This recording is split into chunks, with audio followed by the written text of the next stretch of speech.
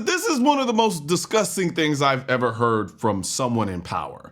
In the unlikely event that you find yourself the victim of a home invasion, we are urging citizens not to take matters into their own hands.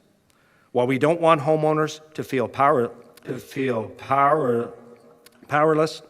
we urge you to call 911 and do everything you can to keep yourself and loved ones safe until police arrive, and be the best witness possible. This could mean locking yourself in a room away from the perpetrators, hiding, fleeing the home, but don't engage unless absolutely necessary. My advice is to rely on our police service, call 911 immediately, and let us take it from there. We see more often than not when people comply that injuries are not happening, and people are not victimized in terms of injury, or in this case, unfortunately, we've seen the loss of life in some of these. Result of gun control. Canada didn't start with compliance. They started by banning AR-15s. The AR ban was sold as common sense. Nobody needs an AR-15 to hunt deer. But you don't need an AR-15 to bring down a deer.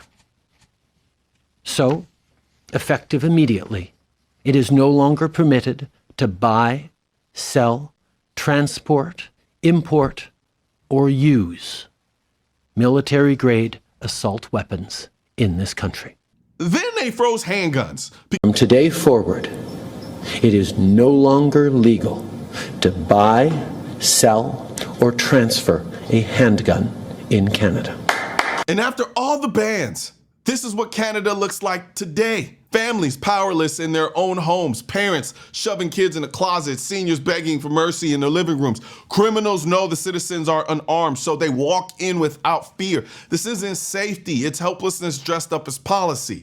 But not every leader lies about safety. Some actually respect their citizens enough to tell them the truth. We have received information in social media that some of the criminals were going to take their criminal conduct into the neighborhoods. I would tell them, if you value your life, you probably shouldn't do that in Polk County, because the people of Polk County like guns, they have guns. I encourage them to own guns, and they're going to be in their homes tonight with their guns loaded. And if you try to break into their homes to steal, to set fires, I'm highly recommending they blow you back out of the house with their gun. That is the difference.